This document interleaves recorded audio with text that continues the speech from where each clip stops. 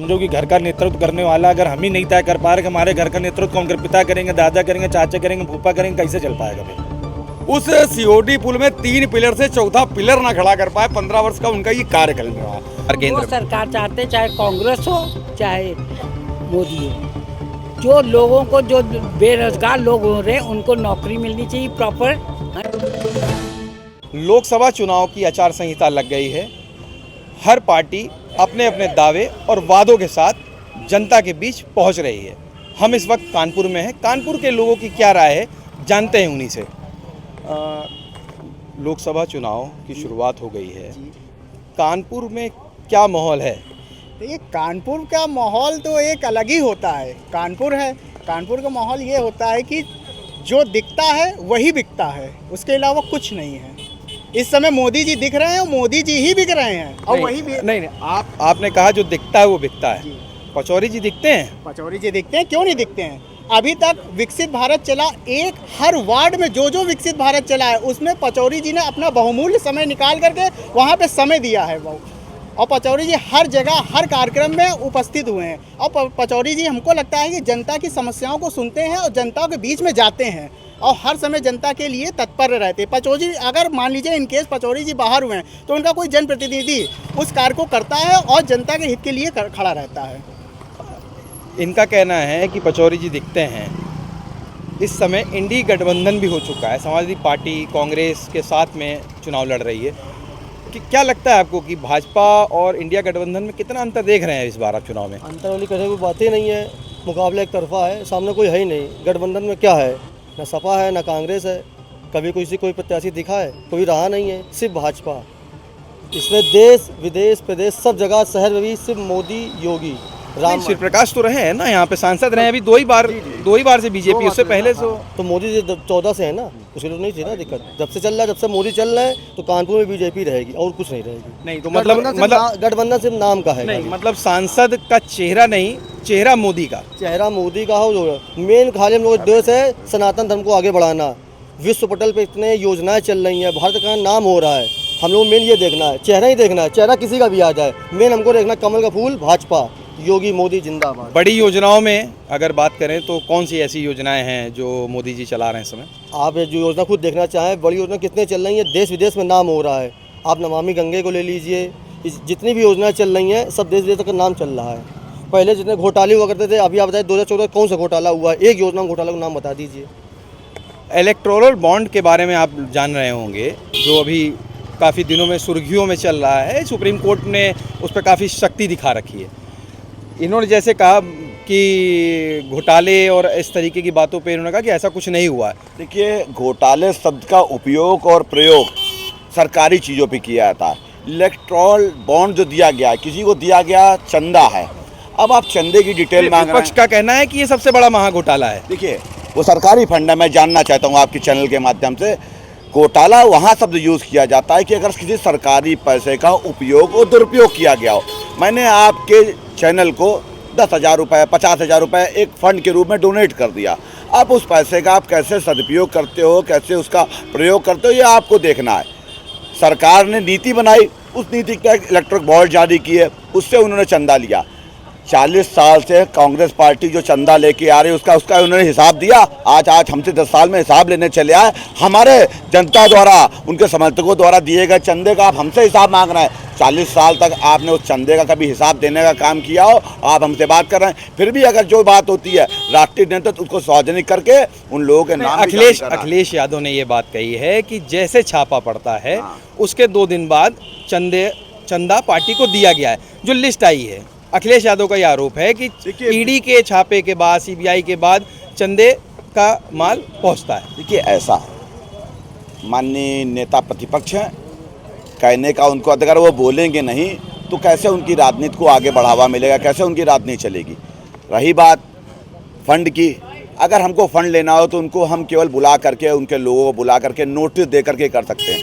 आप तो उल्टी बात कर रहे हैं कि हम पहले छापा मारते हैं फिर उनसे डील करते हैं। राजनीति पे जब वो असफल हो रहे हैं तो इस टाइप के बयानबाजी कर रहे हैं कि इलेक्ट्रिक बॉन्ड में चोरी है और ये सब किया जा रहा है। फंड जो दिया जाता है स्वेच्छा से, अब राम मंदिर हुआ, उसमें देश में इतना चंदा आया लगभग 2-2.5 हज़ार करोड़ का चंदा आया।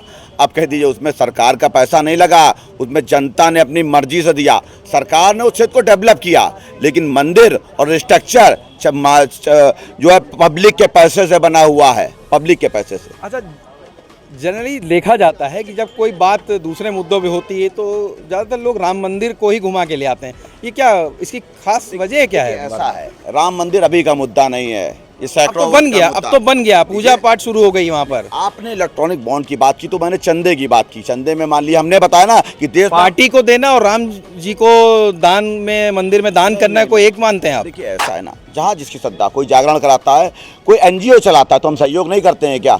अगर उसने कहा भाई हमको यहाँ प्याग लगवाना है, इसमें आपका 1100 रुपये चंदा चाहिए, तो मैं कहता हूँ कि उन्होंने 50,000 रुपया दिया तो मैंने उसमें 1100 रुपये का सहयोग दिया और मैंने उससे पूछा नहीं इसमें 5100 लग रहे हैं या 51,000 लग रहे हैं या 1 लाख लग रहे हैं।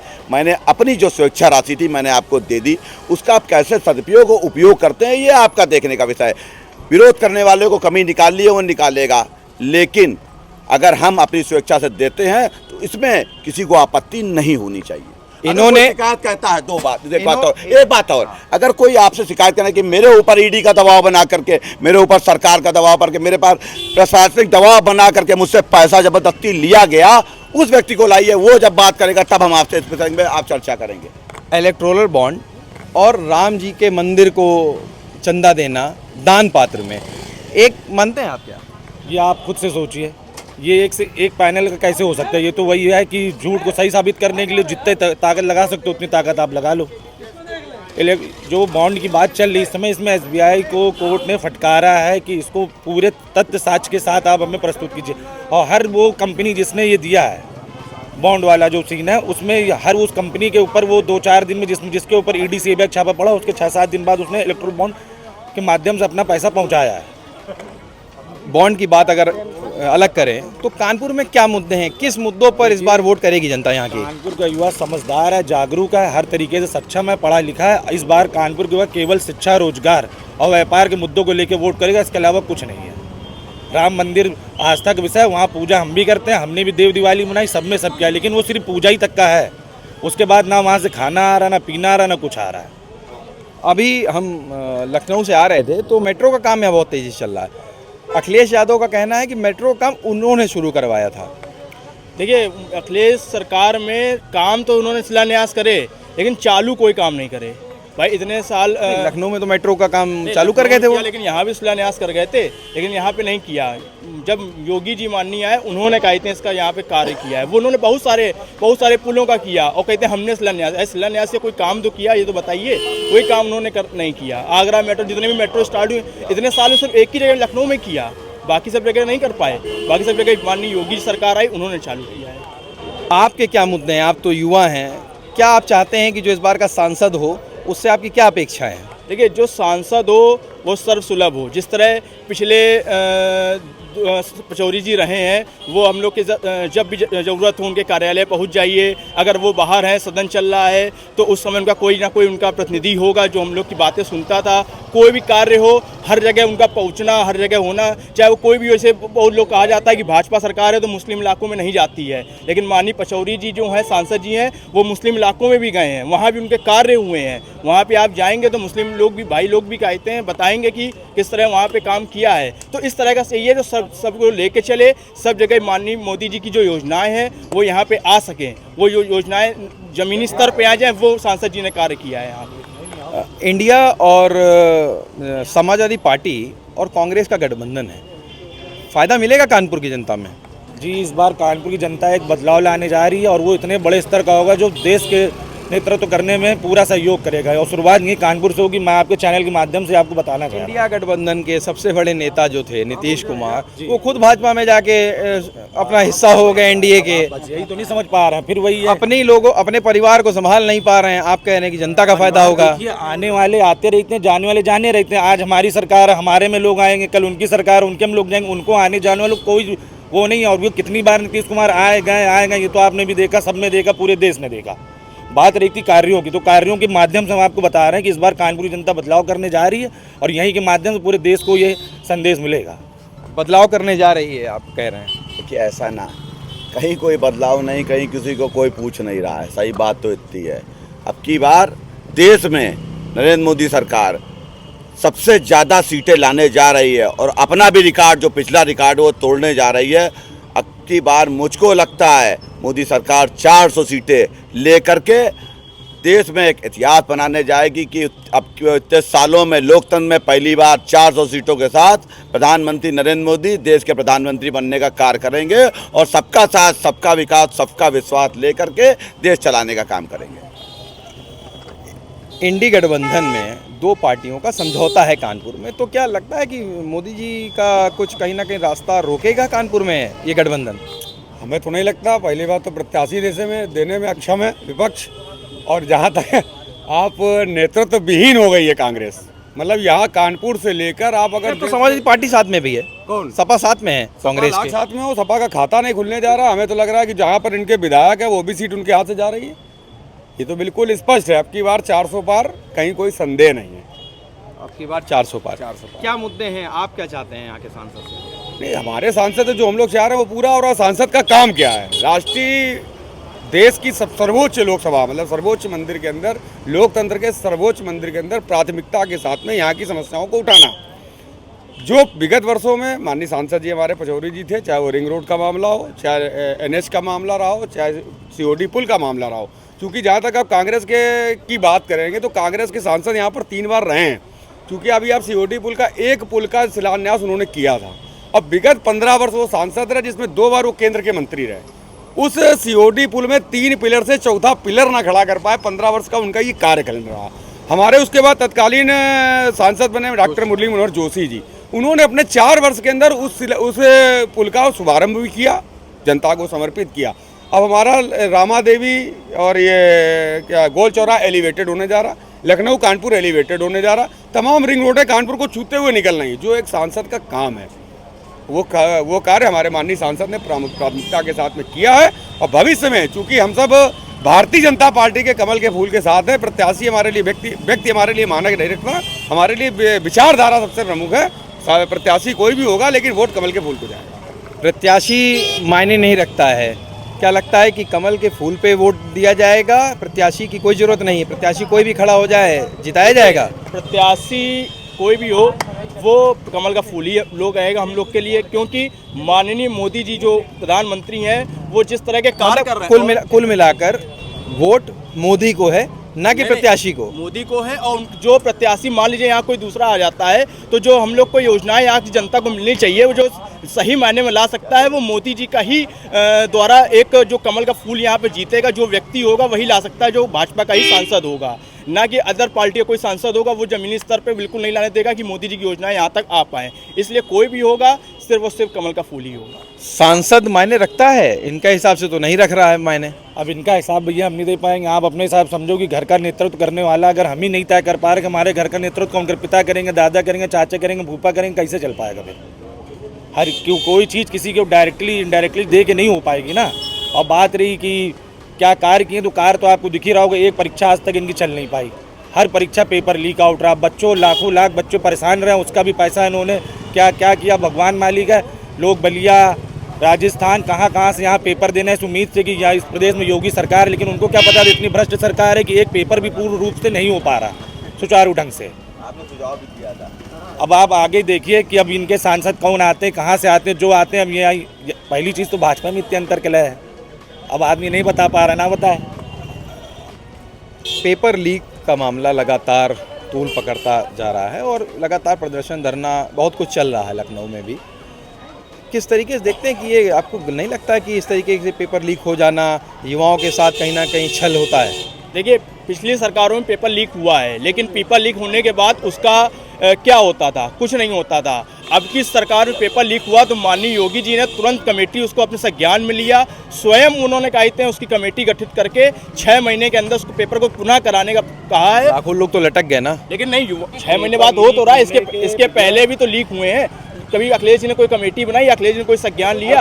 कोई नहीं, कोई भी ऐसा पूछ लीजिए कौन से पेपर लीक हुआ, आप इनसे पूछ लीजिए इस चीज़। पुलिस वालों, पुलिस के जो पेपर लीक था उसका आज तक 2013 में निकली हुई थी, 12 वैकेंसी 13 में आई थी, कुछ नहीं हुआ था, पेपर लीक हुआ था उसके।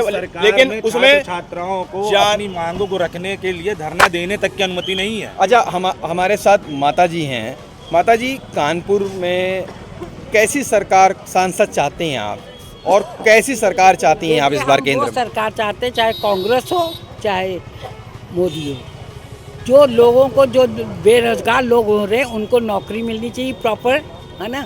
या तो कोई फैक्ट्री खुले या स्कूल का खुले, या जो जिन लोग नीडी हैं, है ना, उनके तक ध्यान देना चाहिए। अगर वो उनका ध्यान देंगे तो उनको दूसरी बार किसी से कहना ही नहीं पड़ेगा। कानपुर को तो रोजगार के मामले में सबसे बेहतर माना जाता है। नहीं तो तो बेकार, इस बार लगातार क्या कुछ इसमें आपको? लगातार बहुत कुछ है।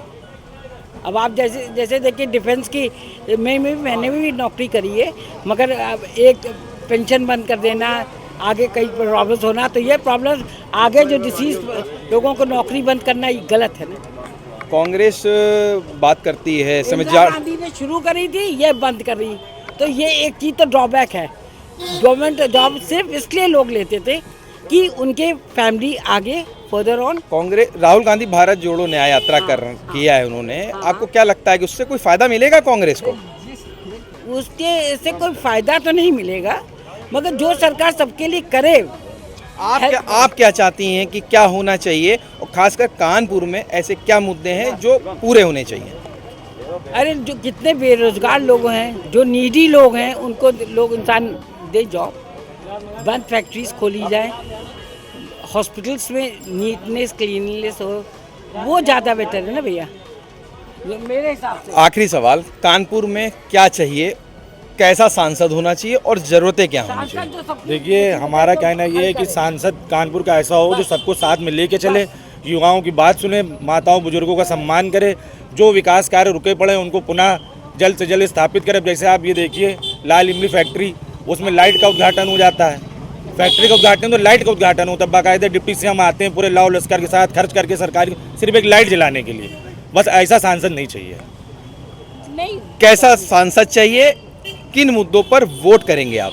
देखिए, सांसद ऐसा होना चाहिए जो जनता की बातें सुने, जनता के लिए रहे, जनता पे समर्पित रहे, और ऊपर लोकसभा में जाके यहाँ की जो भी कमियां हैं उसको दूर करे, लोगों की बात सर्वसुलभ रहे, जो कि इसके पहले जो सांसद रहे वो रहे, बात कह सके, मेन चीज ये है। मेन कह सके। कोई भी और दूसरा जो बात जो कर रहे थे, बस इतना एक बार और कहना चाहेंगे, यहाँ पे बहुत अच्छा किया, जो रोड्स बनवाई और लोगों को किया, अयोध्या मंदिर किया, उस सब के लिए सब लोग कहते हैं, मगर फ़र्क ये पड़ता है कि जो नीडफुल लोग हैं, अपनी समस्या किससे जाके कहें, समझ गए ना आप? बस इतनी रहनी चाहिए। मोदी एक ये कहना चाहेंगे, जो भैया बोल रहे थे, गठबंधन जो यहाँ पे हो रहा है, वो कांग्रेस चाह रही है कि सपा का कोई खड़ा हो जाए, सपा चाह रही कांग्रेस का, कोई मतलब डिसाइड नहीं कर पा रहे हैं कि किस पार्टी का खड़ा होगा। भाई वो कह रहे हैं कि हमको बात भाई गठबंधन की बात करते हैं। मैं आपको बता दूं, 2022 में कानपुर मेयर का चुनाव हुआ, 23 में गठबंधन के प्रत्याशी सब अलग अलग पार्टी से लड़े। कांग्रेस को मिले 90,000, सपा को मिले करीब 1.25 लाख, और भारतीय जनता पार्टी को मिले 4 लाख वोट। हम सबका गठबंधन मिला दें, उसके बाद हम 1.25 लाख वोट से जीत रहे हैं, तो किस गठबंधन की हम चिंता करें? और देश की राजनीति, गठबंधन तो एनडीए भी गठबंधन सही चल रहा है, हम किस गठबंधन की चिंता करें? आपने ना कहा कि सपा कांग्रेस का, मैं दोनों गठबंधन के वोट को काउंट कर देता हूँ आपके हिसाब से। नहीं, एनडीए को भी संजय निषाद और अनुप्रिया पटेल सबकी जरूरत पड़ रही है, और अभी ओम प्रकाश राजभर को उन्होंने आप कानपुर की बात कर रहे थे, आप कानपुर के सांसद की बात कर रहे थे, मैं कानपुर की ही बात कर रहा हूँ। मैं देश की चर्चा, मैं देश के बारे में इतना जानकारी, मैं अपने शहर की बात कर सकता हूँ। मैं शहर में इतना जानता हूँ कि गठबंधन के दोनों प्रत्याशियों का वोट मिला लेंगे तो आप पार्टी से 1.25 लाख वोट से हार जाएंगे। ये सीधी सीधी गणित है, पहली। और दूसरी बात, जो आप सांसद की बात कर रहे हैं, सांसद के साथ शहर में 5 विधायक होते हैं, 80 सभासद होते हैं, 1 मेयर होता है, 2 एमएलसी होते हैं। सारी जिम्मेदारी सांसद की नहीं, सारी जिम्मेदारी पार्षद की नहीं। हम लोगों में डिस्ट्रीब्यूशन, जहाँ कम वहाँ हम, जहाँ सांसद से काम होगा उनसे लिया जाएगा, जहाँ विधायक से काम होगा उससे लिया जाएगा, जहाँ मेयर की आवश्यकता होगी उससे लिया जाएगा, और जहाँ हमारे पार्षद हैं कानपुर नगर निगम में लगभग 70 पार्षद भारतीय जनता पार्टी के हैं, उनसे काम लिया जाएगा। तो हम लोगों में आपस में कोऑर्डिनेट है, जहाँ सांसद जी होगा वहाँ पार्षद जी देखेंगे, जहाँ पार्षद जी होंगे वहाँ विधायक जी देखेंगे। तो ऐसे कोऑर्डिनेट बना के एक परिवार के तरीके काम करेंगे और देश को, शहर को आगे बढ़ाने का काम करेंगे। तो आपने यहाँ के लोगों को सुना, यहाँ की जनता की राय सुनी। जहाँ एक तरफ लोगों को सुलभ सांसद चाहिए जो सबके लिए सुलभ हो, जिस अपनी वो बात कह सकते हो, वहीं बहुत से लोगों का ये मानना है कि कैंडिडेट कोई भी हो, वोट मोदी के नाम पर होगा। जितेश, संवाद लाइव के लिए।